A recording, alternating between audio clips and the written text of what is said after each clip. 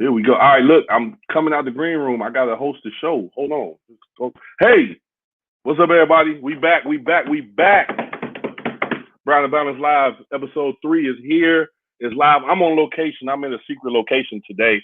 I know y'all don't see the normal background of my bar in my basement, but I'm in a little secret location today, trying to switch things up and change the vibe, and we're gonna have some fun today.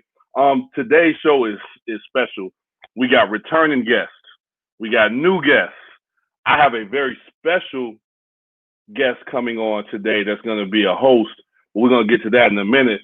But as always, like I start every Brown and Balance, man, rest in peace to Samara Arbery.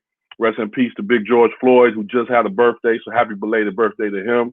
Breonna Taylor, rest in peace to that young, beautiful lady, man. Say her name. It ain't over, y'all. Just because it ain't being talked about in the media doesn't mean it's over with.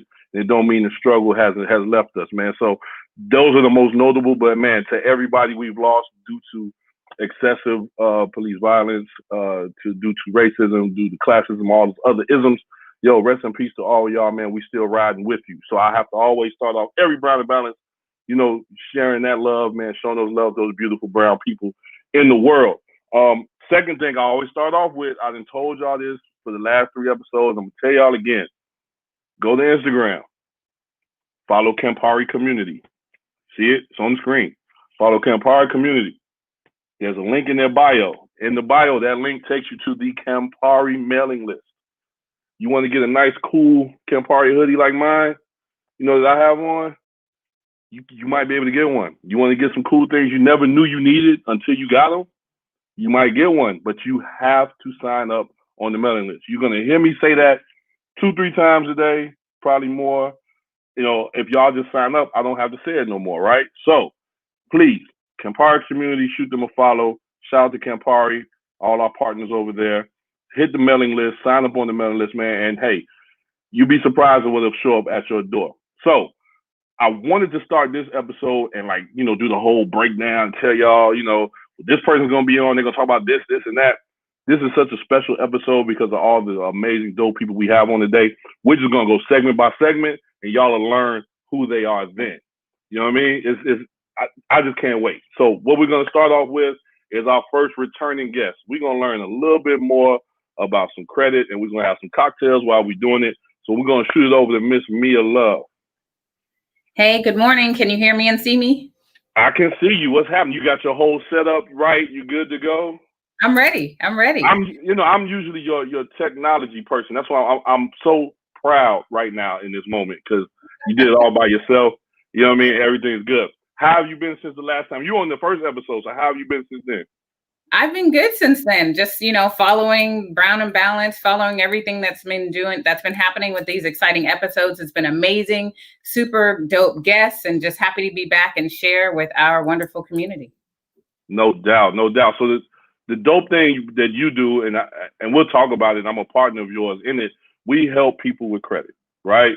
So you gave everybody a ton of dope tips and tricks and different things they should do to help with their credit. I remember texting you, said my joint jumped 61 points in a month.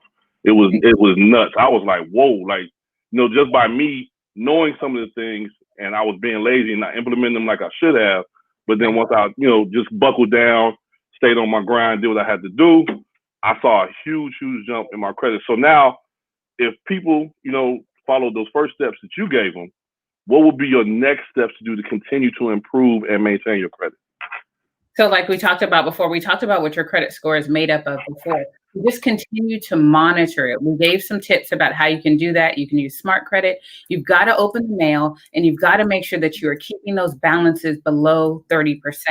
That's super important to make sure that you put whatever you can into keeping those balances below 30%. And then the other thing is that if you happen to pay off a card, do not close that card, because the credit bureau can't tell whether it was closed by you, the consumer, or whether it was closed by the credit grantor. So a lot of people think they're doing themselves some good when they pay it off and getting rid of it. You're hurting yourself. You want to keep those accounts open. And if you're just in a place of building, we'll give you some amazing tips about building your credit as we kind of go through this little quiz that I have for you, because I want to see if you've been paying attention. Wait, it's for me? I got to do the quiz? Yes. you have to do the quiz. Is it gonna be? Oh, is it gonna be like the electrician quiz you gave me? Because if it's that, I know I'm a pass, so I'm good. No, Josh, we do not want you to just buzz through it and say all the right answers. Like you I'm just, I'm kind of smart. But so let me ask you a question. So I see I see all these scenarios on social media a lot. People be like, what would you rather have? 850 credit score, like $2,000 a week for the rest of your life, yada yada yada yada. Right. What would you pick?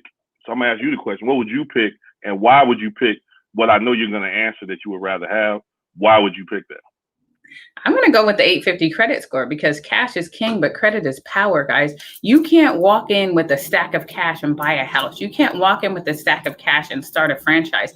You have to have credit. And what people don't realize is when you get into a space where you're growing your business, you not only have to have personal credit, but you have to have business credit. And we'll talk about that sometime in the future, but you have to get your personal credit solid so that you can then establish your business credit, because you shouldn't be running your business in your name. In fact, your business should be owned by a goldfish or by your dog or something like that, because if something happens, you don't want people coming back after Josh Davis. You want them coming back after Craig or Smokey, whatever your goldfish's name. But what's the advantage to that though? Because if something were to happen, first you want to make sure whether you need to have a sole proprietorship or an LLC or an S Corp or a C Corp. You need to figure out what type of business you have. And then based on that, then you stand your business up and let it be owned by someone that doesn't carry the same type of liabilities that you carry. So we can talk about that. We can do a whole segment on business credit, but it's super, super important that you understand that before you do anything else, you've got to have your personal credit together, because that's power. Word. Okay, word. I dig that. So can you explain the differences between, I know we're going to probably bring you back to do more on, but can you explain the difference between sole proprietor, LLC, C Corp, S Corp? Can you explain and give examples of maybe what type of business? Because I mean, one thing 2020 has shown us all is that if you have a job, it can be taken away in a moment, right? Everybody hasn't been blessed to be able to stay working. Unfortunately, unemployment, all this other stuff is going on. So there's been a lot of creatives and a lot of entrepreneurs been born out this year because of that. So depending on what type of business they have, could you give examples of what would be the best business to start under each of those designations? Sure. So what I would recommend that most people do, and obviously my background in law is in the criminal side, not the business side. So this is what I've learned and garnered through my own trials and tribulations. So as you know, we have a mobile bartending and event service. Because there's already a liability around alcohol and it's a partnership, ours is an LLC. That's a limited liability company, because we want to make sure that we're protected. So we carry a $2 million bond, but there's only so far that people can go as far as holding us responsible for anything that happens on our event space. Now we will get the riders and coverages and things like that to cover the space that we're having the events, because we're not in a brick and mortar. And that's the difference. When you're mobile and you're moving things around, you're not tied to a brick and mortar. So depending on what happens or what state you're operating in, there are licenses around the ability to be able to bring alcohol in. There are licenses around being able to sell, because then you become a cabaret. So oftentimes what you do with an LLC and you're doing mobile events is you must sell tickets, and then they turn the tickets in, because if you're not tied to a brick and mortar, you can't sell cocktails. So that's one of the things that you can operate with your LLC.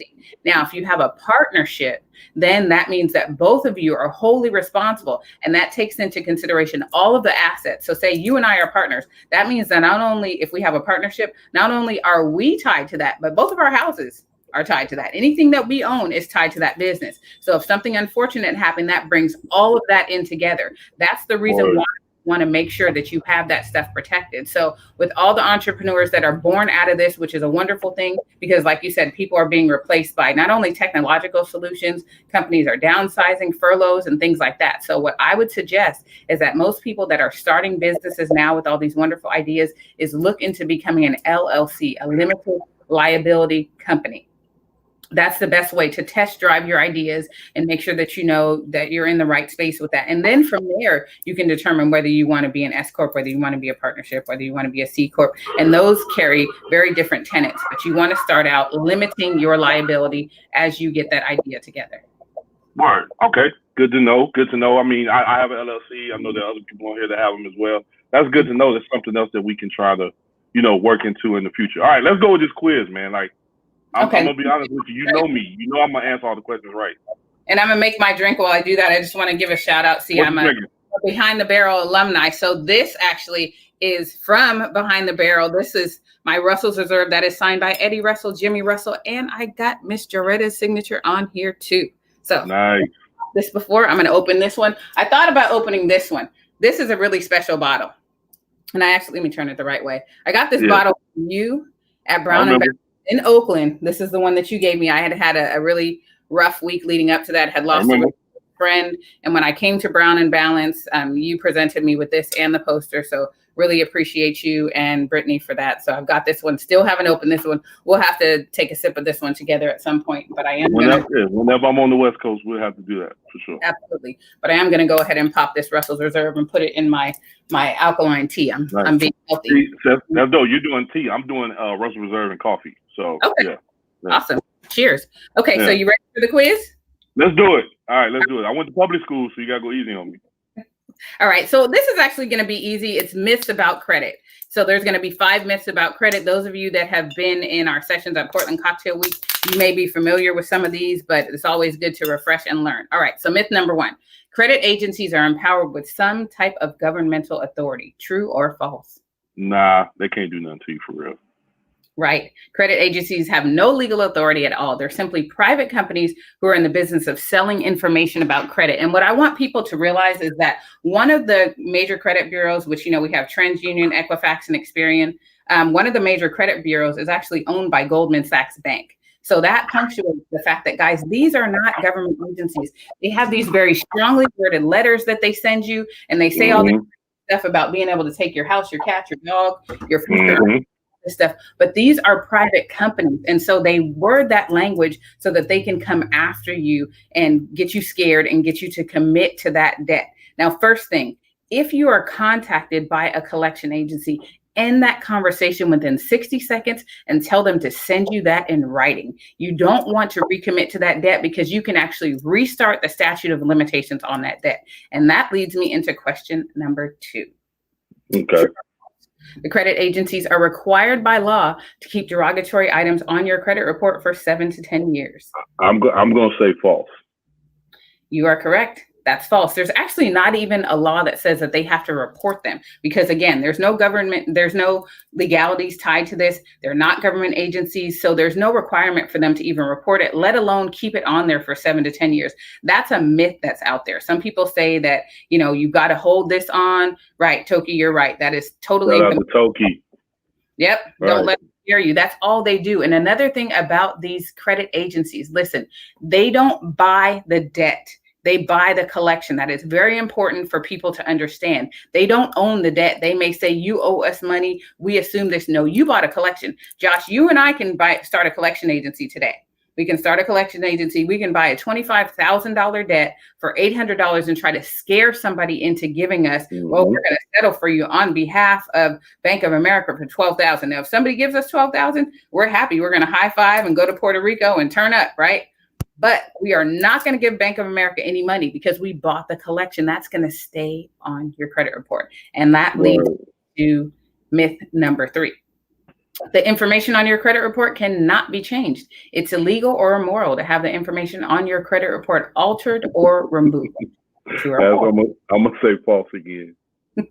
You are correct. That is false. The opposite is actually true. Under the Fair Credit Reporting Act that was passed by Congress way back in 1970, it is your right to dispute that information, to make sure that it's accurate. And the credit bureaus are required by law to get back to you within 30 days. If that information is not 100% accurate, that has to be removed. So say, for example, someone sends something to you and it says Josh Davis, but there's an E on the end of Davis.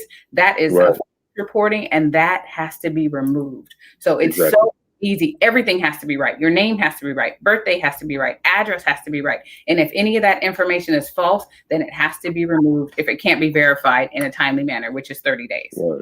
Word. Okay. Good to know. Oh. Good to, huh? No, go ahead.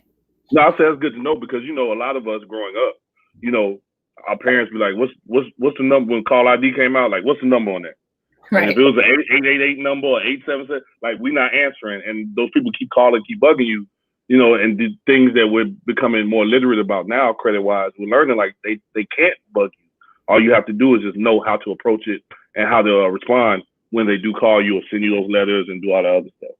Absolutely. Don't verify any debts over the phone. There's actually hours that credit bureaus or collection agencies can make phone calls. Now, a lot of them are shady, so they call you whenever they can, but state by state, there are specific hours that they can call you, and there are only certain number of calls that they can place. Otherwise, it's deemed harassment, and you can also file against them on that. So that's why we have credit attorneys as a part of what we offer, because if you're being harassed, you can actually sue that creditor, and you may be entitled to compensation just based on the way that they're getting at you. So you need to know that available to you.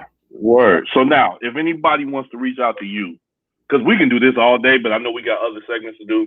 But if anybody wants to reach out to you, which in turn they'll end up reaching out to me because we're business partners in this, how can people find you to learn more about credit and to have you help assist, and me too, assist them in fixing and improving their credit?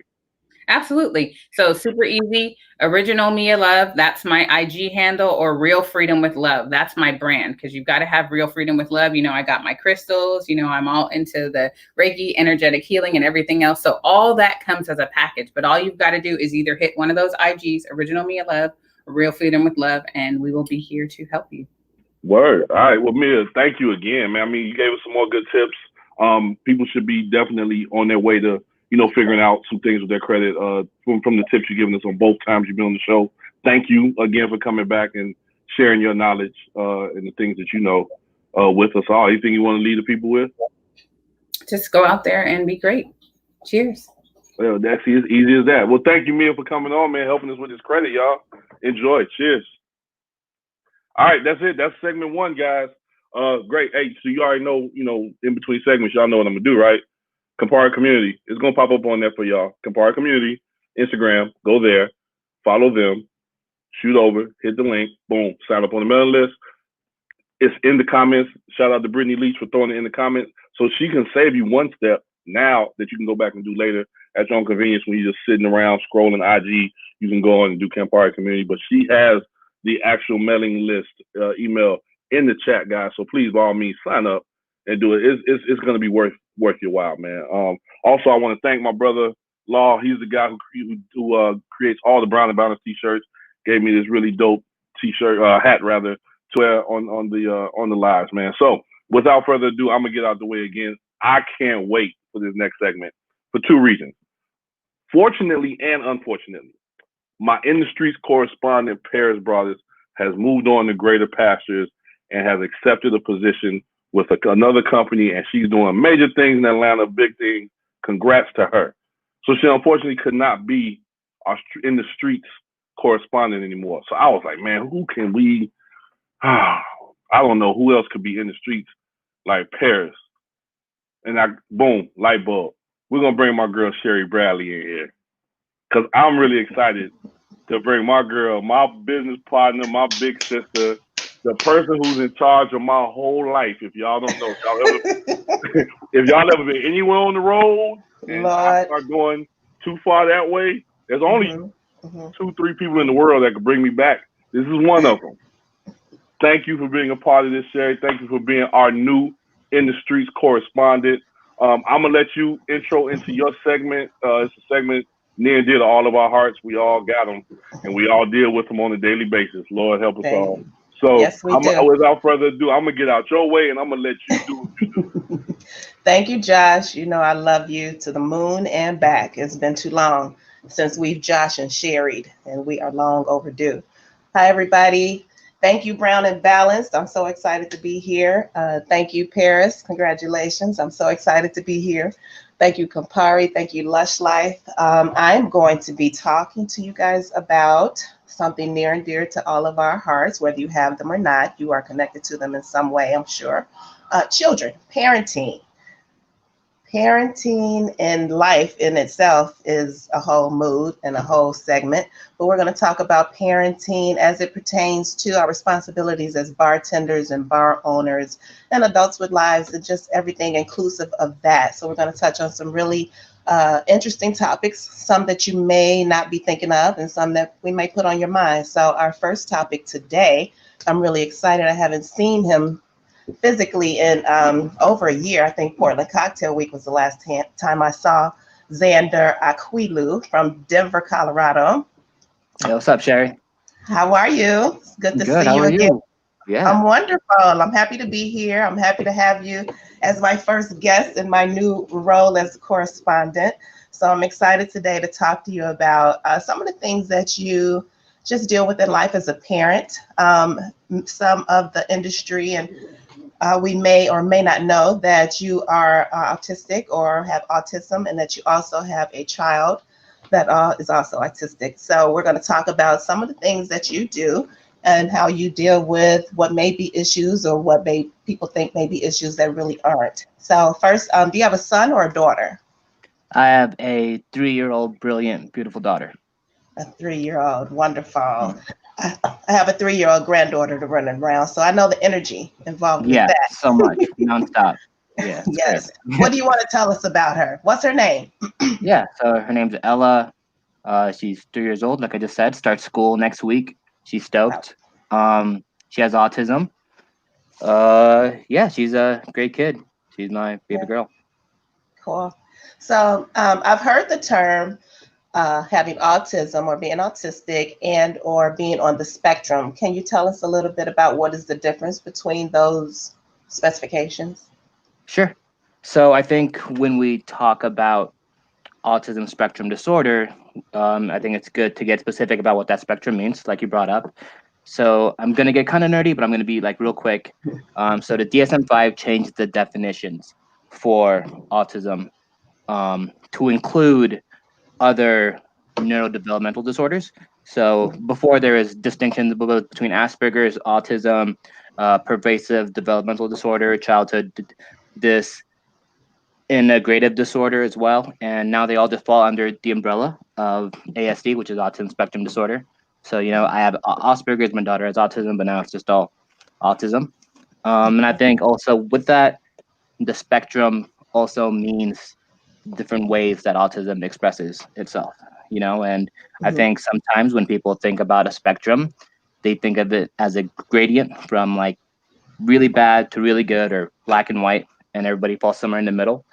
And I think it's more like a color wheel with a bunch of different colors everywhere, and everybody's somewhere on that spectrum that has ASD, and it expresses itself differently anywhere on that spectrum. So that's how I make that Okay. distinction. Okay. Good to know.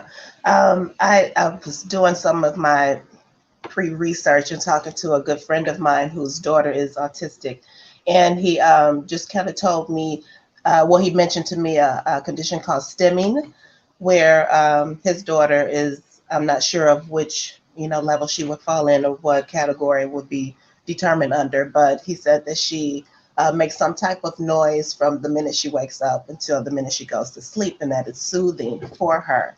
Mhm. What which area would that fall into of what you just kind of Yeah. described to us? So I think stemming is something that's pretty common with most people on the spectrum. I know Okay. my daughter does it. It was one of the first, flags that we got when she got her diagnosis last year when she was turning 2. Okay. So in her, it looks like, she'll get really excited and she'll like flap her arms, or she'll like jump around a lot, and she like dances and moves around, and she has a lot of energy. And doing that helps her regulate her own emotions and maybe like her own like internal feelings of angst. Whatever it may be, it's just a way for her to express herself. And that was one of the major signs that we saw before she got her diagnosis that made us think that she might be Okay. on the spectrum, that with like Yes. other repetitive behaviors, Mhm. whether she's lining up things on a table, and just stacking up things over and over and over again, as opposed to playing with them like Okay. a neurotypical person would. Mhm. Not making a lot of eye contact with us, not really interacting with us and engaging with us, which was Mhm. something that concerned us because, that's how a lot of children learn, They Right. see what you're doing, they observe you, and they learn how to operate with the world through watching you do it. And she just wasn't doing that. So Mhm. we had somebody come in and she got a diagnosis, and we've been doing therapy for the past year, and she's made dope amounts of progress. She's Great. killing. Nice. Cool. Were you anticipating that she might be diagnosed with autism, Yeah, I or was. I was. before you started seeing the signs? Is this something that you thought about Um, prior? No, not really. I guess I didn't know what I know now about the hereditary effects of ASD and how it can be passed down. I didn't really know how common that was or how that worked, and I guess it really wasn't something that we wanted to worry about. Yeah, And absolutely. she was fine for like most of her development, and then just things started to change and we saw different behaviors, and I think I started picking up on that super early just because I was familiar with that, and I was like, okay, so she might be on a spectrum, and then she was, and it is what it is, and we're glad to have her, and it's been dope to be able to share Okay, that with her. good. Good. Hmm. Is there a distinct difference between if she's having a good day or if she's having a great day or not a good day? Yeah. So with a lot of children, emotional regulation is pretty difficult. So Okay. they'll have a lot of meltdowns, and if a routine in their day gets shifted, Mhm. say she eats lunch at 3 instead of 2, that can really disrupt them. They'll have meltdowns and they'll be really upset. Ella's kind of the opposite. She's like a super calm, mellow kid, so she Mhm. really doesn't get like upset about things. I think the way I see that she's having a good day or not is how much energy she has. She's Mhm. kind of like a dog. Like, I have to like let her like burn it off. I like take her to the park and we go on walks, and I like make sure to be active with her, and she Yeah. loves that. I think it just makes her feel better in her body. Okay, good. Good. Do you want to have more children? Yeah, I mean, like, I love being a dad. It's my favorite thing in the world. If I could just be a full-time dad, which I'm Yeah. kind of banking on, yeah, I think that'd be great. Just being able to mentor somebody and guide them, and just the kind Mhm. of love I have for my child is not a type of love that I was aware that I was capable of feeling, I guess, especially towards Okay. another person. And I mean, there's worries about having another child on a spectrum, which is a worry, because it's a lot of work and it takes a lot of dedication and time, and it's something that we're concerned about. But I like being a dad, period. So. Good. Good. And speaking of full-time jobs, you're super busy with work. Hmm. Yeah, just got a new job, so I'm back at it, back out there in Okay. this crazy world. Yeah, it's been How dope. do you how do you balance the time? Because at home is a full-time job, and then at work a full-time job. So when do you rest? What do you do when you relax and take some Xander time? Do you Mhm. relax and take some Xander time? Yeah, absolutely. I'm really grateful to have an amazing partner. Lindsay's like the best mom ever, and she has a lot on her plate, and I wouldn't be able to do anything without her. So I think having her around really helps me out, and it gives me the time to work, and also gives me time to decompress. Um, I've always thought I was pretty introverted, but I'm starting to realize like I really like being around people, especially like my friends. So I just try to carve out time, like once a week, where I can just sit down with the homies and chop it up and just have a conversation. Don't got to do much. We can just kick it, drink a beer or something, or have some all turkey and just hang out. Absolutely. Absolutely. Is there anything else you want to share with us about parenting, period? Yeah. Um, I think that it is something that more people should do. Especially, I Mhm. mean, I think bartenders are just such caring and loving people, and I'd love to see more people like that have kids. And it's scary and it's terrifying and it's a It challenge. And is. I You kind of definitely wing it the whole way through. I've always said that 100%. parenting is there's no blueprint, there's no directive. You might have that parent, like probably all of us have. My mother, who's very involved with my son coming up, and also very involved with my granddaughter. Mhm. If you don't know, I have custody guardianship of my 3-year-old granddaughter, so she lives with me. So it's really kind of like starting from scratch, really. And it's to have the input is helpful sometimes. Sometimes it's not needed and wanted. But I Yeah, think that's all a absolutely. part of parenting because I find myself doing it to my son now. Mhm. How does it feel So, being a grandparent versus just being like a parent? Is there? oh, you wouldn't think that there's this huge of a difference as it is. I love my son. I always called him the love of my life. He's the only child that I had, and being a grandparent is just like, you know, the love that if you're one of those loving parents, you know, prayerfully we don't have. Everyone is not a loving parent and maybe shouldn't be a parent, but all of the love that I have for him is just like multiplied by 2,000 with this one. Wow. It's, you know, I can literally sit and stare and watch her for hours. And she's so entertaining and she's so energetic. And I think what's kind of mind blowing to me is that, you know, when I was parenting my son, I was working full time in retail. You know, I dropped him off at 6 a.m.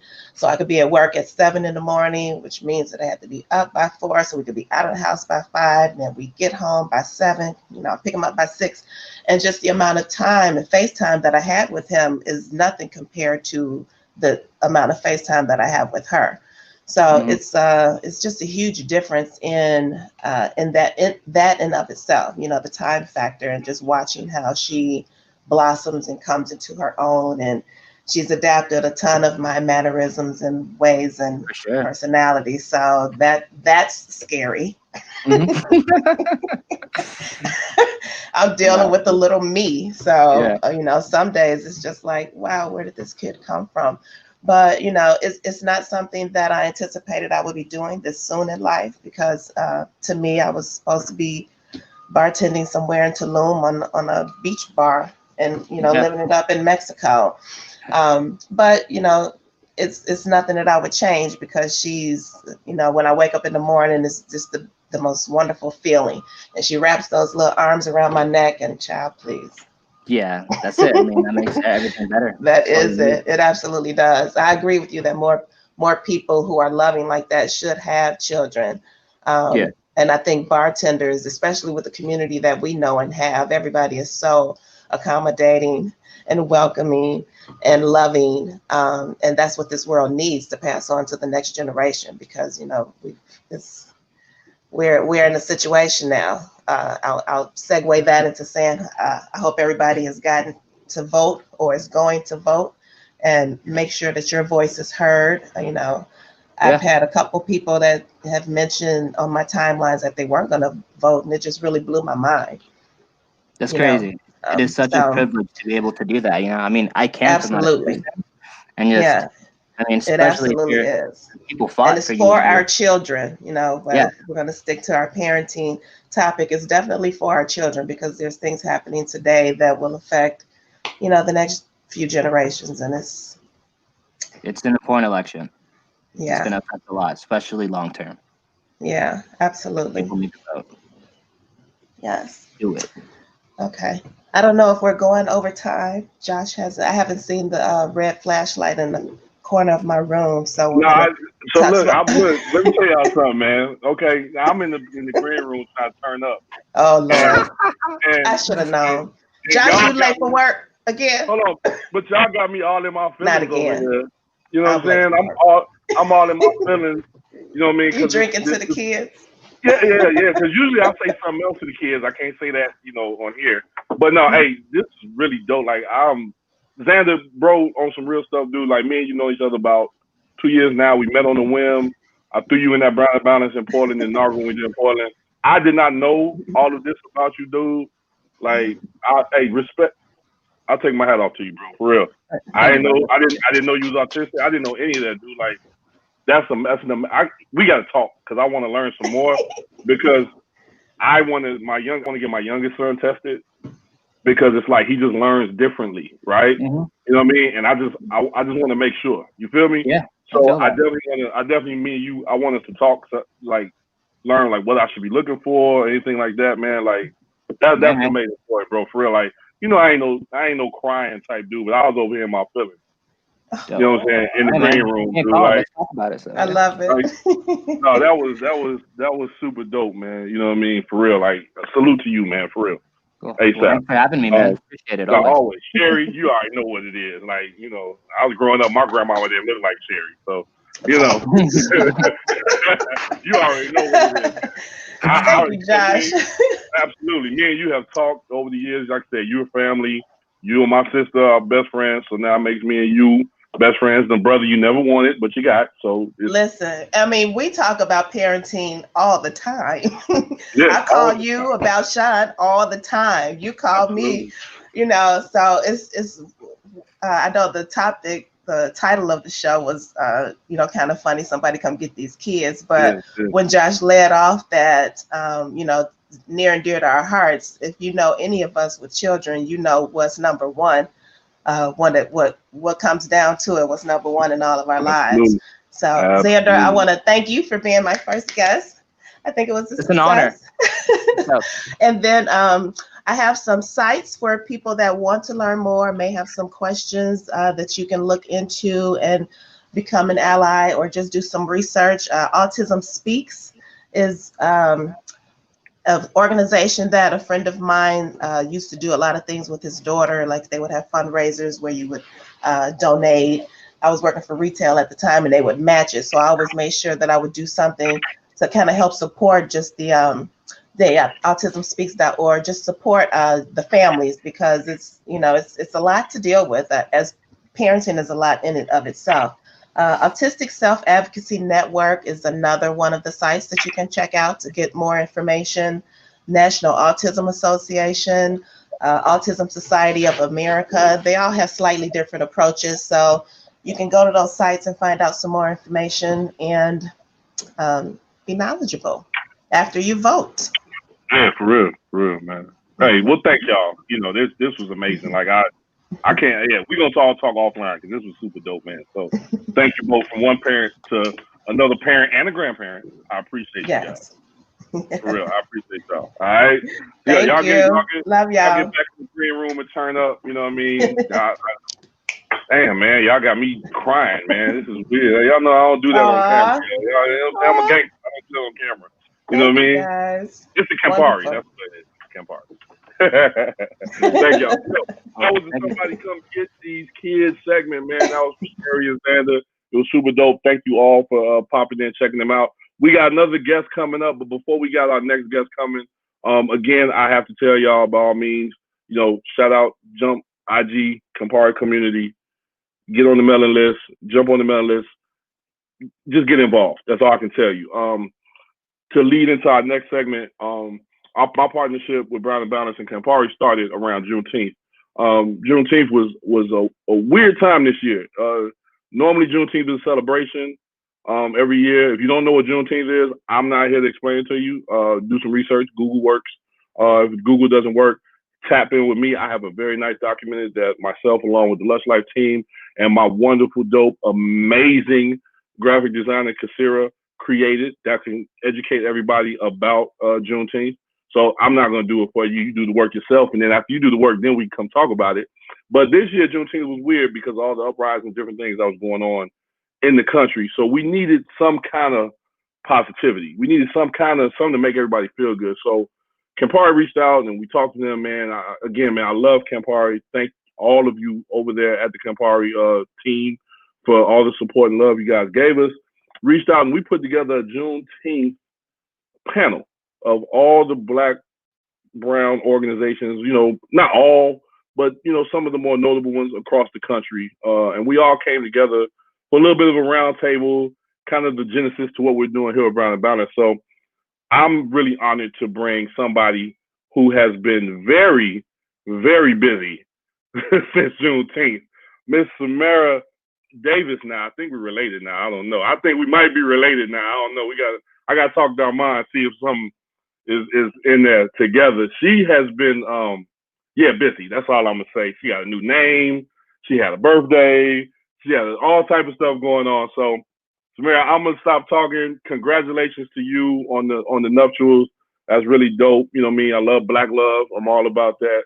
So congrats to that. Happy belated birthday. You in the club with the rest of us now. We ain't gonna say your age. You know what I mean? But you're in the club with us now. How are you and how have you been? Hey, thank you for having me. Yeah, we probably are related. And that story is like totally tied with the whole Juneteenth story. But yeah. What haven't I done? So I got married, of course, in July, but, you know, we've just been busy, you know? Yeah. So I feel like 2020 has been this year where like everything has just kind of the cards have been reshuffled, but like the work is still so important, so Absolutely. and we've been busy nonstop. You've been busy, you've rebranded, you're recreating yourself, you're doing your own thing. Yeah. And we're just not sitting at home waiting for the plague to end or waiting for the pandemic to end. Like Absolutely. we're sitting at home grinding. Yeah, absolutely.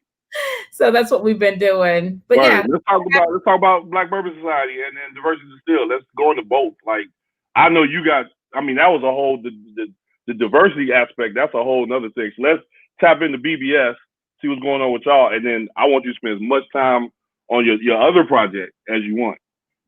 So I think the thing that Black Bourbon Society is a company we've had since 2016. So we have been all about including diversity and inclusion in this industry and advocating for diversity and inclusion in this industry since way back when. Like we're not new to this, just like Brown and Balance, just like some of the other organizations that you talked about. Like we've already been on this path for a really long time.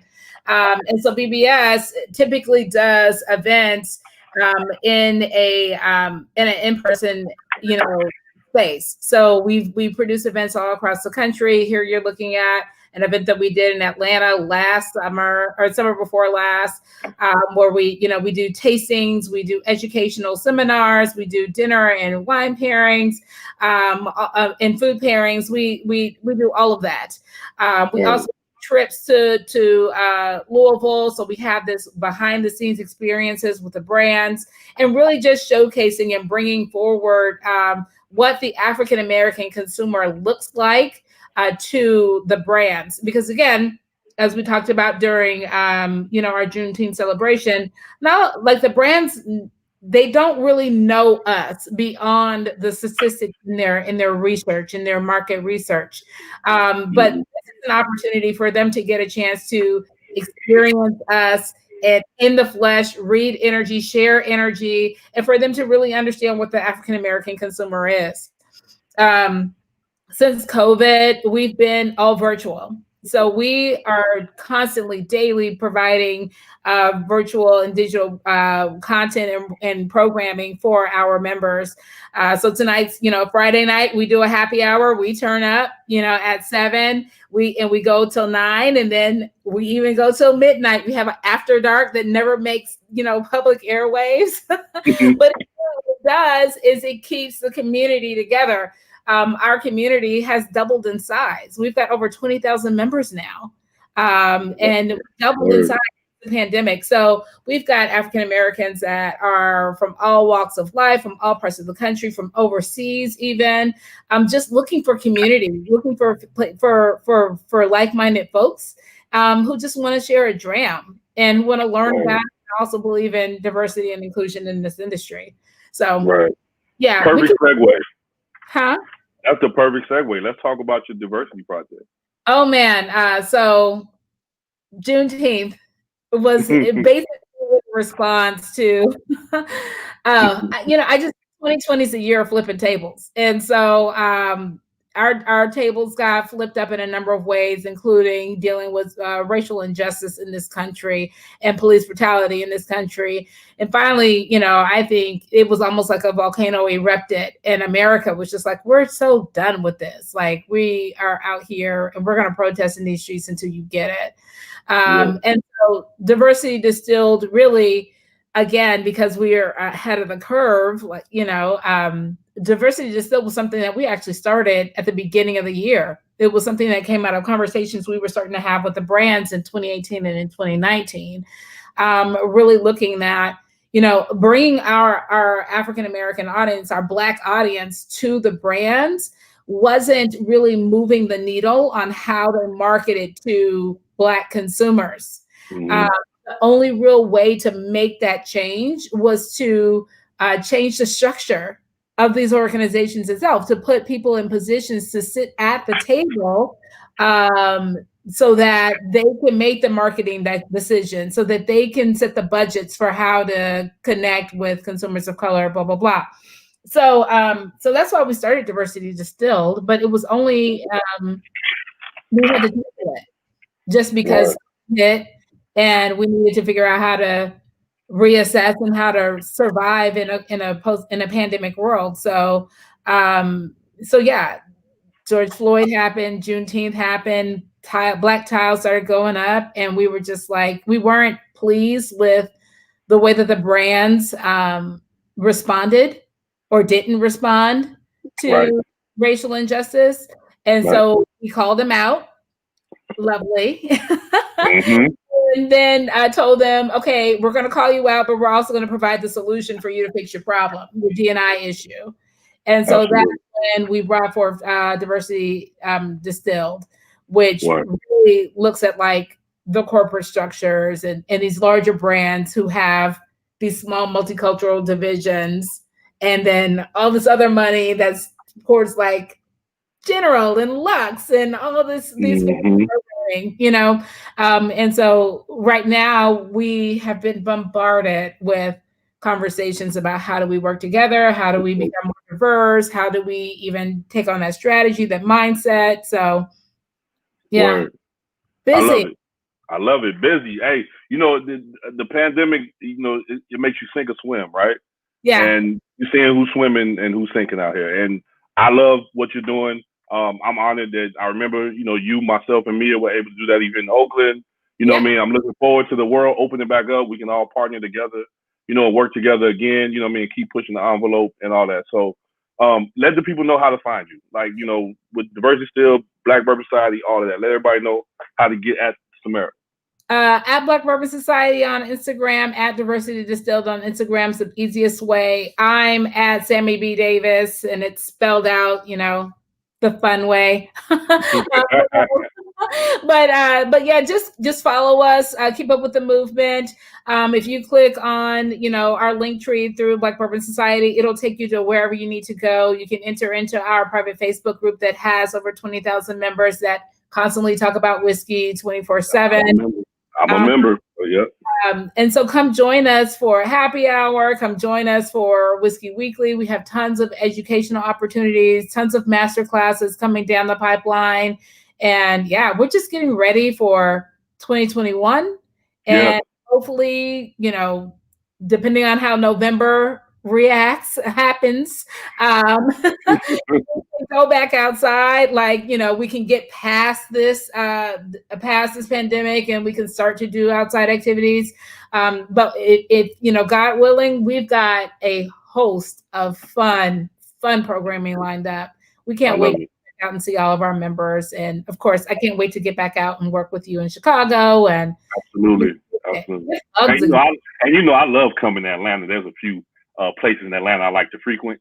So, you know, I'm only going for the wings. That's all I go for, is just the wings. Well, that's what I'm gonna say on camera. But, you know, but yeah, I can't wait. Yeah, I can't wait, man. Jump down, take that hour-and-a-half flight, and come rock with you guys and do some things. Before I get you out of here, though, I spy something really nice above your shoulder, and I'd like to know what that is up there. You can let the people know.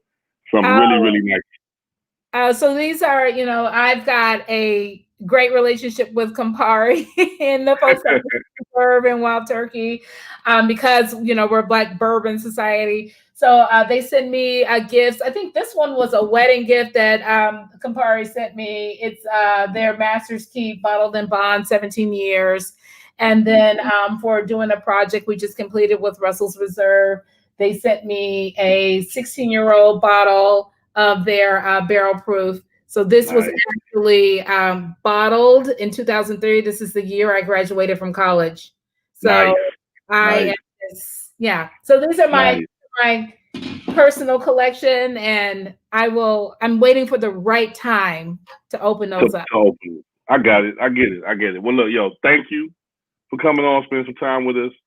Congrats again. You know, Black love. I'm all about it. So it's a beautiful thing. We cousins now. At least that's what I'm gonna tell people, since we got the same last name. But no, somewhere down the line we got to be, right. So no, I appreciate you. Thank you. I love all the work you're doing. By all means, you know, if you need me, you know, just holler at me. You know, I'm coming. Absolutely. Thanks for having me on, Josh. Thanks for always sharing your platform with everyone, and, you know, bringing forth worthy causes. I so appreciate you. and PDX and, run amok, the whole squad. So Thank you. Yeah, that's what it's about, right? That's what it's about. The only way we're going to win is if we come together. So, let's just keep pushing the envelope, keep doing what we're doing. All right? All right. Love you. All right. Love you, girl. Thank you. All right, y'all. So that was the Juneteenth catch up. Look, first of all, I don't know if y'all saw it, but we had a video on there. We moving up in the world, guys. Just so y'all know, man. Shout out to Campari. We had a whole video segment. So just know we're gonna keep pushing the envelope. That was really dope. That surprised me. So with that being said, before I bring on, I have this week 2 special segment interviews. We usually have 1 bartender. This week we have 2. But before I do that, I have to once again tell y'all, go to Campari Community. This is not a paid ad, guys. I'm telling y'all, this is from the love of my heart, for me saying, follow Campari Community, click the link. I have been on their mailing list since the early 2000s. I've been on there forever, man. Shout out to the team over there. You will always get exactly what you need when you don't think you need it. Trust me. I have had days where I've walked to my mailbox from my front door and gotten something from Campari that I didn't realize that I was going to be able to utilize in my everyday life. And I have. So trust me, guys. Join the mailing list if you're not on it, man. Please send a friend, tell a friend, get everybody on there, man. Get engaged with that community, man. They're doing wonderful things in and outside the bar community. All right. So now we got 2 special guests today. I have my featured bartender, but I got a very special feature. The gentleman I'm bringing on, I've been watching from afar. I have not met him personally in person yet. I've seen him in passing a few times. He's from one of my favorite places on earth. He's in Brooklyn, one of my favorite spots on earth. He is a brewmaster of the Brooklyn Brewery. He's an author of the Brewmaster's Table. He's an editor.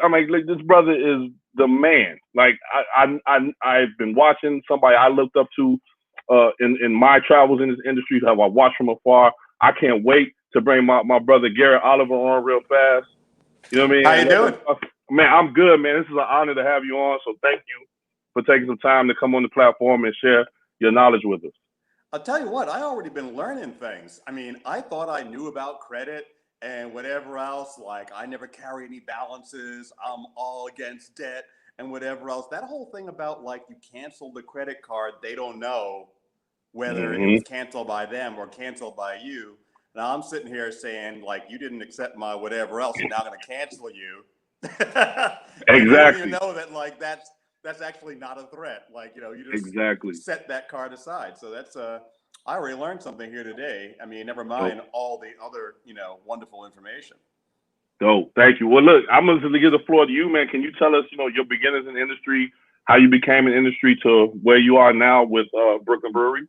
Oh, Lord, Josh. I am 400 years old. All right. I'm just telling you right now, how long do you have for how did I get into this industry? Okay, I'll give you the very short version, because otherwise you're gonna be sitting here and everybody's gonna be dead for 100 years before I get going. Well, here's the thing. I've been brewing professionally since 1989. Wow. Yes. See, now only now does it become clear to him. I was in 4th grade in 1989. Yeah, just so you I know. man. 1989. It don't crack. So 1989, so how does this end up happening? I am African-American guy originally from Queens, New York. I grew up in Hollis, which many people know from Run DMC and whatever else. But I had a weird upbringing. I went to a math science high school. My dad was an art director, one of the very early, a trustee of the Rhode Island School of Design. And I was going to go, I went to film school, got into film school, moved to England. Now, I planned to stage manage rock bands. I was going to make videos. I was going to work for, HBO. None of these things worked out. But actually, I did stage manage rock bands. Any of you all out there are fans of people like the Ramones. I took the Ramones bowling once. Oh, wow. Wow. Yeah. I put on REM as the opening band for the English Beat in 1983. Oh, That's wow. how old I am. Yeah. So, we're going back. But the thing is, I was also falling in love with the beer. And in those days, I thought of beer as the stuff that I had in college. There was Bud Light, Miller Lite, Coors Light, Heineken. you know, and like that was it. It was all yellow. It was all fizzy. Some of it was a little bit better than the other, but we didn't actually like it that much. You know, we were like, okay, it's fine. But I moved to England, and suddenly there was all this fascinating beer, and then I went traveling all over Europe, you know, and it's wonderful. And then I got back, and they gave me the same names, and I'm like, well, wait a minute, what about all the variety? And there wasn't any variety. It was 1984. So the thing to realize is you probably caught the tail end of this, but especially if you grew up in a black neighborhood, which I did. I grew up in the Matrix. All right, I grew up inside the Matrix, and inside the Matrix there was basically one kind of bread, one kind of beer, four or five kinds of cheese, you know, three ice cream flavors, unless you went to Baskin Robbins, in which case there were, you know, three with like actual different colors anyway. And you got to Europe, and it's like, oh, the real food. So I fell in love with beer. I started doing it as an amateur, and eventually became an apprentice to an English brewmaster working in New York. And I've been at Brooklyn Brewery since 1994. Wow. Now, here's the part of the conversation that we're even more here for, you know, which is, and this may or may not be a surprise to you, but my recent activities have to do with the fact that I have not had a single African-American applicant for a brewing job in 30 years. Wow. Despite the fact that I have been sitting in the brewmaster's chair. I'm the guy who hires people, right? Not one applicant. Wow. Why do you think, I mean, so like again, growing up, you know, I drank all, you know, Heineken's, you know, Corona. I drank all that. Once I got into this industry, I started exploring different beer options. And now I'm a little more educated about it. I'm not usually in our industry either a wine guy, a beer guy, or a spirits guy, right? So I always was a spirits guy, but I'm exploring beer. Why do you feel maybe with African Americans that beer is not such a big draw for them to become a brewmaster like yourself? Well, one thing that was being said earlier, and I think it's true. I mean, especially the larger breweries, the larger distilleries, like you really want to be down with us because we do like brands. You know, as a group, we love brands. We'll follow brands, you know. Absolutely. And so, you know, it's interesting the way craft beer, at least when craft beer came along, they didn't pay any attention really to us at all. You know, they are basically like, we're going to fish where the fish are, and the fish all appear to look the same. Yeah, they're all European American. They're all 27 years old. They all have the same tattoos. You know, they all have a beard. You know, they all have the same education. It's like, you look at Instagram and it's like, here I am with my buds, and they're like clones. And, you know, there's a look, and they're like, well, that's what we're gonna do. You go to a beer bar, craft beer bar, you go in there, and everybody looks the same. And so, you know, we got left out, despite the fact, and people would say, well, you know, beer, cocktails, these are kind of like, you know, not really black things. So I'm like, excuse me? Exactly. Who do you think up through the Civil War brewed all the beer, made all the whiskey? Like what? Where did you think this came from? Every single society, north to south, east to west, in Africa, traditionally has beer as the center of society. And there is a style of beer which is indigenous to that area. You know, if you go to South Africa, grandma's still making umqombothi. You go to, you know, the Congo, it's bilbil. There'll be different backgrounds, etc. So, you know, we do have an indigenous cultural background, and we brought beer into the United States, and we were the people who were brewing the beer. You know, yes, we were brewing in European styles, you know, because we were made to.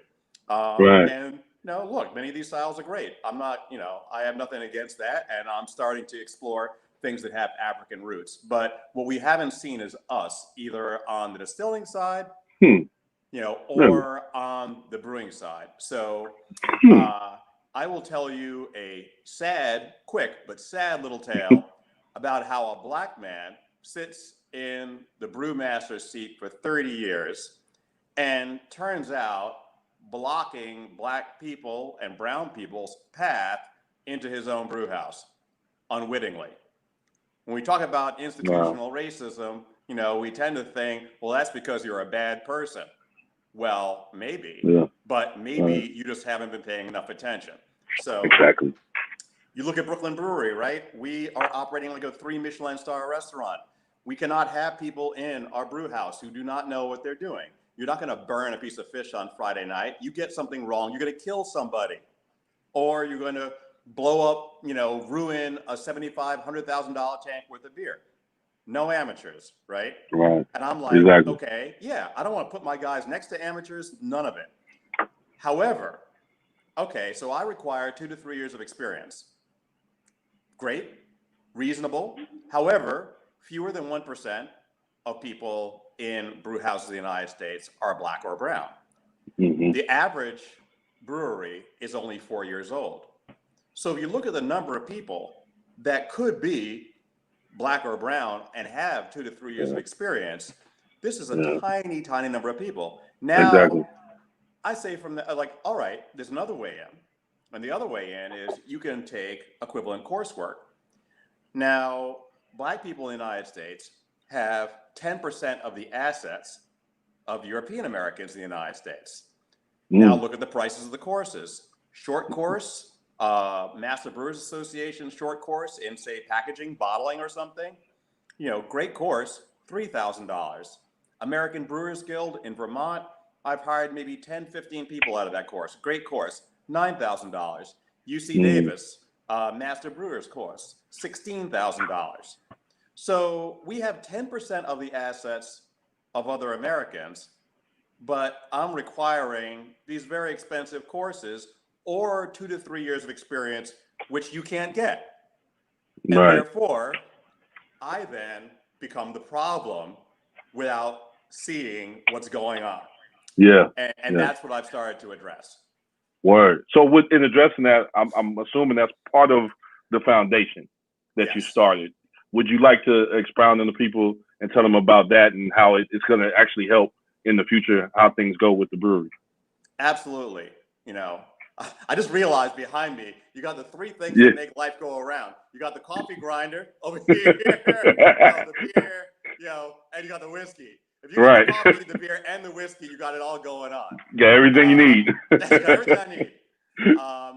And so, the Michael James Jackson, first of all, people probably don't know who Michael James Jackson was. I just brought this book home yesterday. So these were, his books. He was just known really to us as Michael Jackson. We didn't think of Michael Jackson as being the other guy, but Michael James Jackson was simultaneously the biggest writer in the world in beer and in whiskey at the same time. He was British.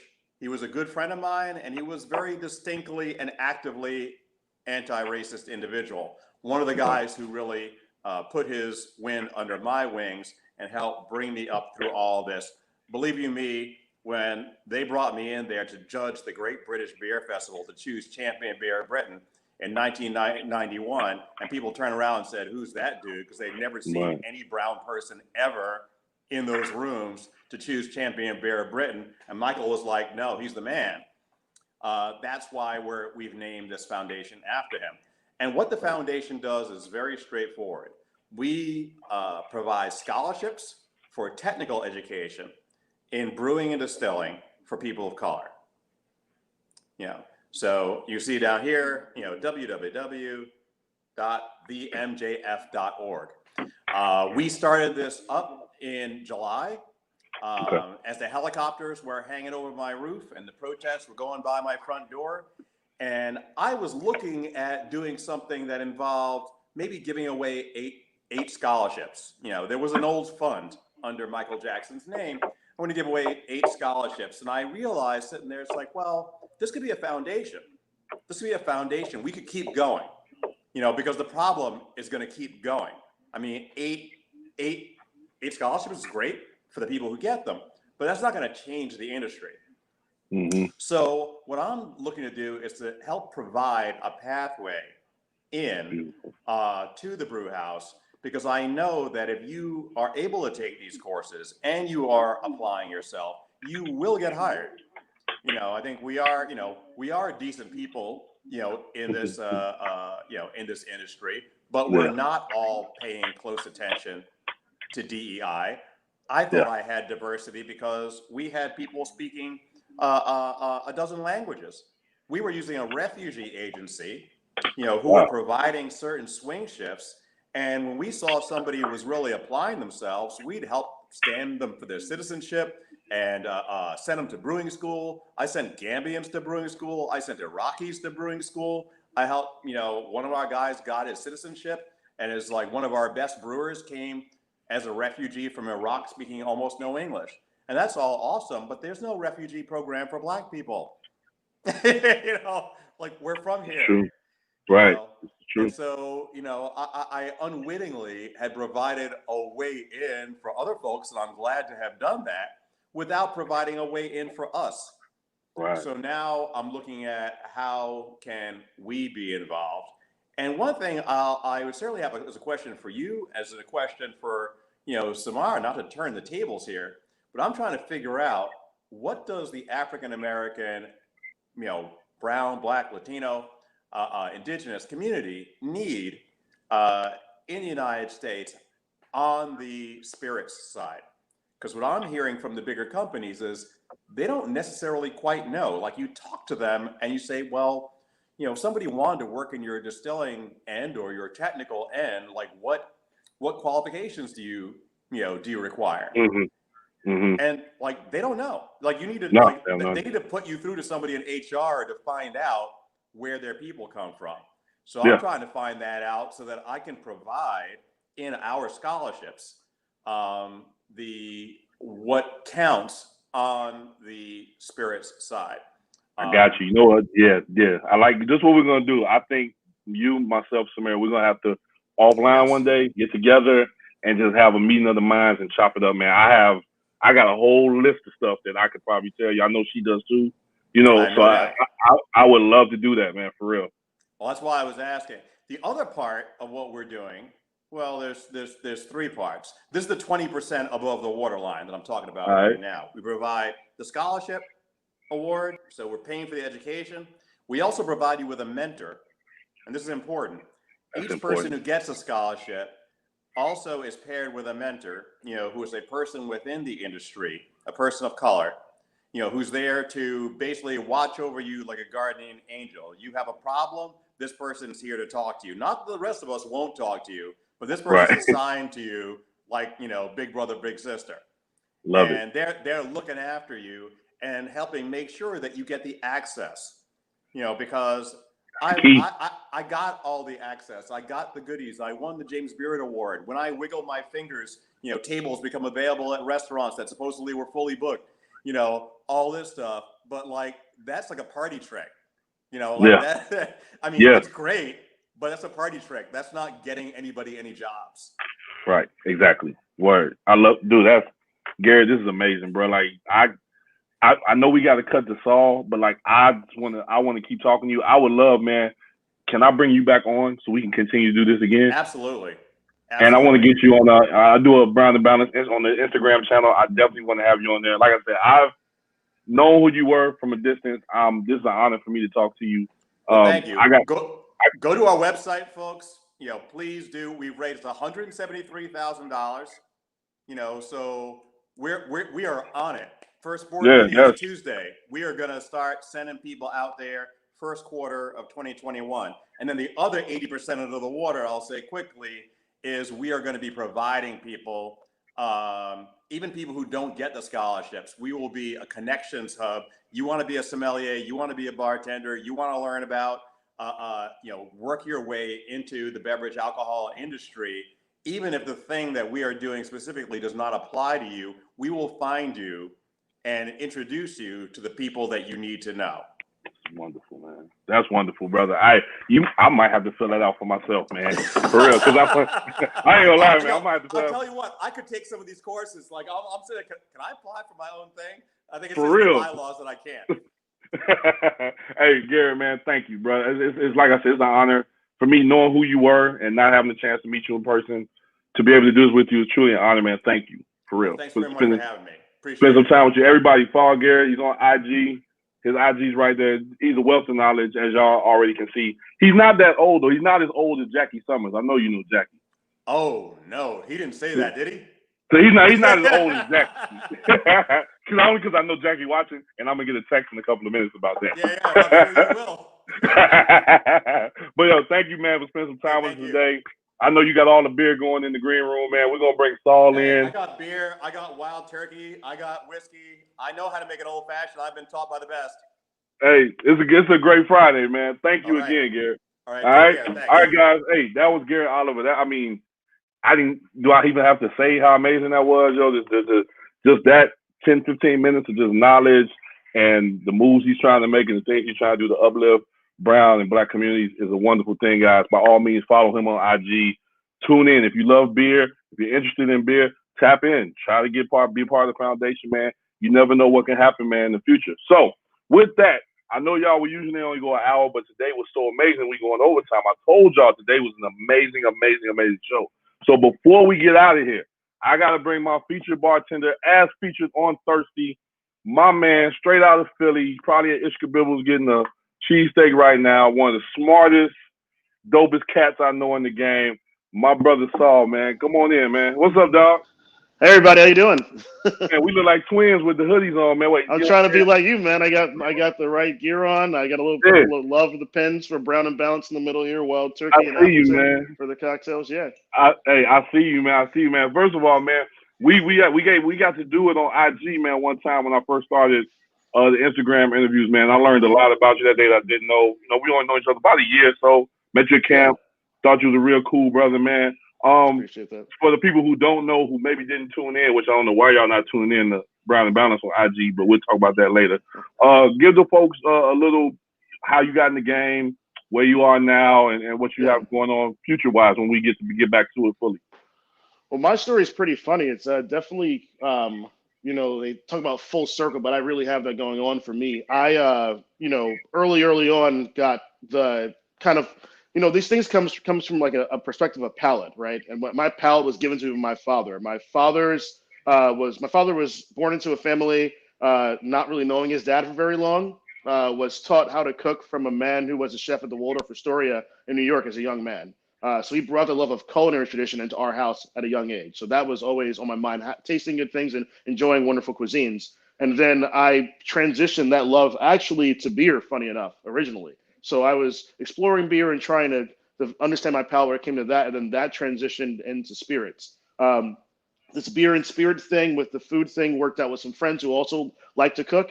And we were doing these private catering events here in Philadelphia while I was living in New Jersey, where I'd come down from Jersey, help my guy Jack prep some food. A lot of the food that we sourced from a garden that we had built here in Philadelphia. So one of the first community gardens here. So we'd come down, cook some food, go into a little place for like a pop-up dinner. His roommate at the time, who was our mutual college friend, was a junior brewmaster at Iron Hill Brewery in New Jersey. He now runs his own brewery in D.C., I believe. Hopefully they're still going strong. Yeah. I know the pandemic is weird for everybody. So shout out to Jeff Ramirez for that, if he's still doing things well. And we fell in love with the Philadelphia scene doing that. I'd come in, prep, cook dinner for, I think the smallest course load was, I want to say 7 courses. The largest course load was 14 courses, from anywhere from 10 to 30 different people. So a wide range of things, using local seasonal ingredients. And we'd clean up. I had to go out in Philadelphia and have a good time doing that. So I fell in love with the Philly scene doing that. And then I took photos of those events and showed them to these people at this small upstart new restaurant called Destination Dogs that does globally inspired gourmet hot dogs and sausages in New Brunswick, where I was living. And off of the strength of my portfolio doing that, they brought me onto their team. So I worked with them with the gourmet cheesesteak concept, which was similar to the hot dog thing. That place closed. I was the one who didn't quit, and they brought me onto the hot dog space. So I worked my way up at the hot dog spot, working the door, bouncing for bands on the weekends, bar backing for 2.5 years, all the way up to bartending and managing. Yeah. They opened up a place in Philadelphia, and I moved down to Philadelphia in 2016 to be an opening manager for the new location. So I've been here since. I started in Philadelphia, back here now, and I actually did one of the first beer dinners here with Brooklyn Beer, actually, too, which is funny enough. And it's been really cool. Right after coming here from New Jersey, I started getting involved in the USBG and learning more about our community on a nationwide scale. So I applied for my first competition. Actually, right before that, I was lucky enough to go to the Brooklyn Beer School. So I met Garrett back in August of 2018. Went there, had a wonderful dinner cooked by him. He actually he worked with his home brew team and cooked us a beautiful meal. Got to taste some of their awesome, more rare beers there and learn more about their process and how they put their love into what they do, which is an amazing experience.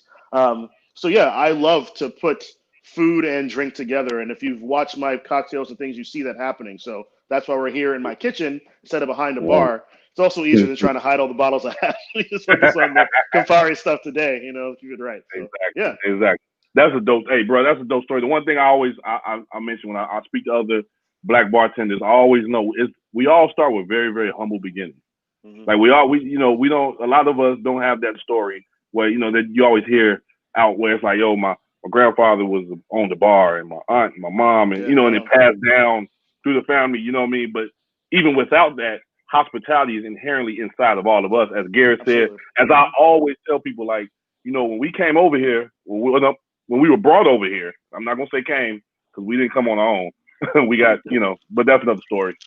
We were the chefs, we were the bartenders, we were the servers, we were the brewers, we were all of that. So it's inherently inside of us to be a part of this industry. So I love to meet other Black bartenders, brown bartenders that are just super passionate, that put a lot of love in what they do, man. It's one thing that stood out to me about you, man. And I'm glad today that you're gonna be the first person on the Brown and Balance Live that you're actually gonna make your cocktail, man, live today, man. So I'm super excited about that. So why don't you go ahead, go into your cocktail, your inspiration, man, and show the folks your specs, man. Yeah, so I mean, it's funny. I had a big sweet tooth for a long time, and I diminished now, but I still love, putting food and drink together. And this kind of worked out in a cool way because I had just stumbled across actually Brooklyn Spritz, one of the new year-round offerings from Brooklyn Brewery. It's this wonderful spritz in a can. I'm sipping on some right here over ice, the way it's supposed to be enjoyed.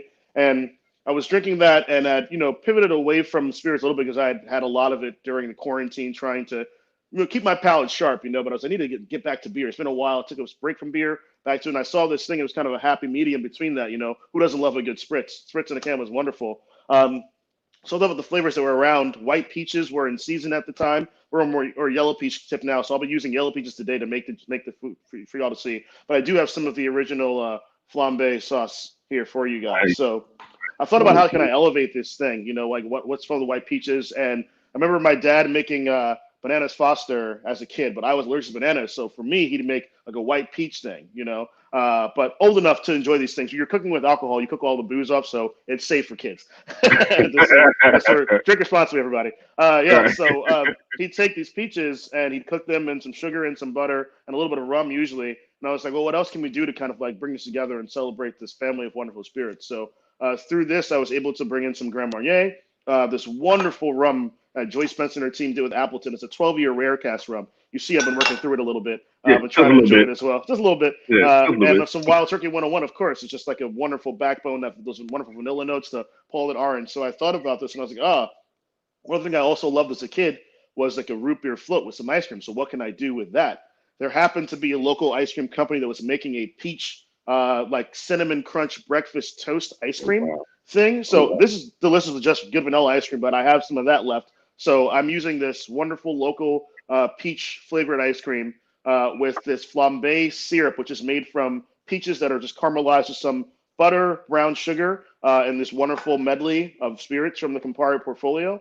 That's flambéed and then whipped down in my Vitamix. And then we pour that over the ice cream and some Brooklyn beer spritz float on top to kind of lift it up, garnish some peaches. So it's lovely, super wonderful, like vanilla, woody notes coming through. It's creamy and delicious and has a cool color and effect. So that's what's going on. If you guys want, I could actually cook the peaches. I have the stuff to do it, or I could do the quick method.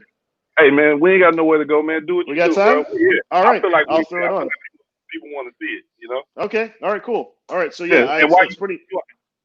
I was gonna say, while you're doing that, man, I like your shirt, bro. That's a nice shirt, man. I just want to say that for the record, man. I like that shirt, man. Normalized Black bartenders, man. Normalized Black bartenders, man. Is there someplace that they can get this? There is actually. On this? So I happen to know the guy, who made those shirts, man. So those shirts were, they was created. So we have a link, man, that we're gonna drop in here for everybody, man. The story behind the normalized Black bartender shirt is one, we should normalize Black bartenders. So let's just, that's case in point. Two. This is my first year. I'm 41 years old. It's the first time I've ever voted in my life. I had reasons why I couldn't. And then when those reasons were I was able to, I just didn't care. You know what I mean? Because I always felt like, hey, it don't matter who in there. It ain't going to be right. Yeah. You know what I mean? I hear you. Yeah. It's like they're not there for me. The system was never set up for me. Mm-hmm. The voting presidency system, we were slaves and they were still voting in presidency. So we've only been able to vote for what, 50, 60 years? Not that and long. I'm 41. So, so because of that, I had no care at all, man. Hey, it's down there now, man. Teespring, Normalized Black Bartenders. The link is there. It'll be in the comments. It's on the Brown and Blue IG page. Thank you, sir. You know what I mean? But it was to help people in my neighborhood and people in neighborhoods like I live that don't have money for Uber or don't have a credit card for an Uber or don't have cars. I got a homeboy in Chicago who has a transportation company, and I partnered with him, and he's going to be driving people back and forth to the polls. So the money and proceeds from these shirts that are out there in the public that I see a lot of black bartenders have them. A lot of people been tagging me in pictures, man. Thank y'all for all the support. Proceeds are going toward helping people get back and forth to the polls. This is a very important year to get it done. So it's a great initiative. I'm happy to be a part of it and be able to contribute. Man. I'm gonna get a few more colors, man. This is comfortable. I like the shirt a lot. It gives my friends and my family. Yeah. New designs are coming, man. So what I'm gonna try to do, man, put a design out every month. And when I put the design out every month, the proceeds from it will go to a different charity or something to help the black and brown community somewhere. So that sounds great. I'm ready to get swagged out on Normalized Black Bartenders. It's very important. I got you, man. I got you. We gotta stay brown and balanced out here. That's right. So this is a simple recipe. If you can get like a simple kind of pan, I've got some new pans for myself. A non-stick will work okay, but it's better to use a steel pan if you can. So you're gonna take 3 tablespoons of butter, softened, unsalted butter. You're also going to take 3 tablespoons of brown sugar. We're going to heat this up to get it melted over the pan. So go right behind me to the stove real quick. You guys might not see through the bottles because I want to keep these front and center to keep it important on the message. But yeah. Okay. So it's really easy. So you basically just melt this over high heat for a little bit.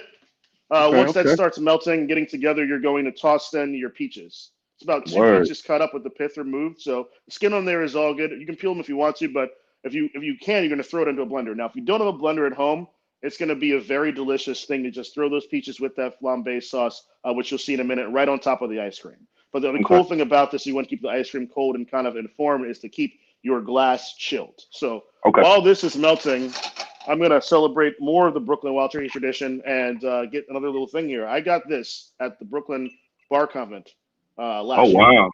And this is an Eddie Russell and New York Distillery, Master Distiller signed Brooklyn Gobbler. So they did a collaboration in the cask, and Eddie and Joanne and Benny came up and cracked this cask, and we got the first thief from the cask. So I'm going to sip on a little bit of this while my butter is melting. Hey, you doing that, man? I got a little Russell Reserve and some coffee, man, getting the day started. This is my special collection. I haven't opened this since last year when I got it. Nice. Oh man, I appreciate you opening it on this show, man. On the Brown and Balanced show, man. Oh man, yeah, keep it right. It's a wonderful brown thing. Keep it balanced here with everything else we got going on. Absolutely, so, man. Cheers to Wild Turkey and to Brown and Balanced and normalizing black bartenders and voting. Yeah, I got to, man. This year. If you don't know how important it is, this year should have shown you. Absolutely, it's super important. So once it starts to melt, you can see like gets along in there a little bit. Still on your peaches. Oh wow, man! I heard the sizzle. That's all you want. Yeah, see, I'm a grill guy. Hey, yeah, I got to get to Chicago and visit you in the grill and get some good food, man. Come to the house, man. It's 2 of them in the backyard. Come on to the house, man. Keeping it ready. Open them right up. Yep. Yeah, so it doesn't take too long. It's about a couple of minutes just to get it warmed up. About 2 or 3 minutes on each side. Really trying to make a little like natural fruit peach caramel inside of there. Okay. Just let that rest for a minute. Y'all, this is history. This is the first time we got a cocktail being made on the Brown and Balanced show. Yeah. So you see it going. Yeah. Let's get a couple minutes. Let it flip while it's going on. Enjoy your favorite sip of something you got going on. Absolutely, man. How have you been doing, man, during quarantine yourself, man? Like, forget all the industry stuff, man. Just you as black man to black man. How are you doing? Black man, I'm doing great. My family's doing great. My mom retired during this whole time. So she's finally living her new normal life with my dad who's going to retire for a little bit. On the very positive note, I found I'm going to be an uncle. So very happy about that. Thank you, guys. Yeah, so got a little munchkin coming on the West Coast out in LA. My brother and my sister-in-law moved down from Oakland to Los Angeles. They have more of a family like village for the child to be raised with down there. Some good friends down there in Southern California. So he's doing Thanksgiving Day. So we're probably not going to see him till next year, but it's kind of funny, full story in the family tip. My brother's met his wife around Thanksgiving several years ago, and then proposed to her on Thanksgiving too. So it's a big day for their family and for ours. So we're happy to see this come. Another full circle trend, keeping it real. That's dope, man. That's super dope, bro. Yeah. So we're gonna flip these. You can see them going. Mm-hmm. I hear that sizzle, man. I know it. Oh, it smells so good. Wish you could be here with me to smell it. I wish I could smell it. Like I They know gotta it invent smells smell-o-vision, man. That's what I'm saying. So a little bit longer on the other side. Yeah, but it's been great. I've been able to, like many people, I had to stop working. Wasn't a safe environment for any of us, and I was surviving. And I had enough people in my corner through karma who were like, Sal, if anything ever happens, if you're in a tough spot, we got you. And so I felt good about that. Got down to my last $100 where I was about to have to make some of those phone calls, and all the unemployment money finally came through at once. And then right after that, a bunch of different brands, including Campari-related brands, were able to help me out with some events. So I was able to do some talks, some panel discussions, and make some cocktails and do some features that boosted my finances and my wallet. So I was able to donate money to some close friends who needed it and pay it forward. So that's what it's about, man. We all rise the tide lifts all ships. Do what you got to do to help each other out. Absolutely. Ride together, we die together, man. We family. You know what I mean? Exactly. So that's looking good right now. So what we're gonna do is get the elixir we need for the flambe together. So we're gonna add 2 ounces of Wild Turkey 101. God, it smells so good here. I know. I really want to come over, man. I'm a little ways away, but I want to come over like ASAP. I got a room, man. Hey, say no more. We're going to get cheesesteaks and we're going to drink, man. I got you. Yes. Hey. We're going to add some Appleton 12-year rare cast. We're going to do 1 ounce of that. Right. You don't need a lot of this to really get the flavor through. It's such a wonderful thing, and it's going to reduce, and potency is going to go up as well. And we're going to add just a half an ounce of Grand Marnier. All right. Good balance. I like it. Good balance, yeah. You can add a little more if you want to, just the mix that I liked. Sometimes a little bit more falls in the pan. It's okay. Right. It's cooking. Yeah, It's not. It's more feeling than science here. So what we're going to do. This is the fun part. Turn the heat off. That's looking good, smelling good. We're going to pour it on top. Oh, man. And this is where the action happens. We're going to. Yeah. That's what I'm talking about, man. Make sure you don't do this anywhere away from children. Yeah, please. Away from children. Safe. Away from synthetic hair, children, all that. Yeah. It's giving that some love. The reason you don't want to use too much of the 101, more than 2 ounces or so, is because obviously the high proof is going to what gives you that flame, but now you're really cooking. So I'm just giving it some air, letting it shake around so it doesn't stick to the pan too much. Okay. There's still some fire in there. It's hard to see, but it's that blue flame, so I don't want anybody to get hurt. All right. A little bit longer. There we go. So that's what we got. Oh, man. If you guys can see. I know it smells so good in there right now. It's so good. So I'm going to let that chill because the Vitamix is loud, and I don't want to blast everybody's ears out. But when you whip it up through the Vitamix, you just blend that down for a little bit. Comes out warm. Doesn't look amazing, but the flavor is incredible. So I have some on the side here for you for the movie magic. So I'm going to grab my chilled glass and the ice cream so you guys can see the build for this cocktail. Cool. Hey guys, y'all getting a treat, man. Saul is a master. He's a scientist at this, man. I am truly in awe right now watching this, man, enjoying it. Everybody, in the meantime, between time, hit Campari Community up on Instagram. Follow them. You get to learn more about people like Saul. Follow Thirsty on Instagram. You'll be able to catch his whole article about his beginnings in the industry, this cocktail, the recipe to build. You get all that in the Thirsty article as well. Follow Brown and Balance on Instagram. You'll get to see me sometimes. You'll get to see dope pictures. You'll be able to order one of those shirts for yourself or someone else. They're gonna be great stocking stuffers coming up. You see it in the back. Yeah, you see it's branding, guys. Branding 101.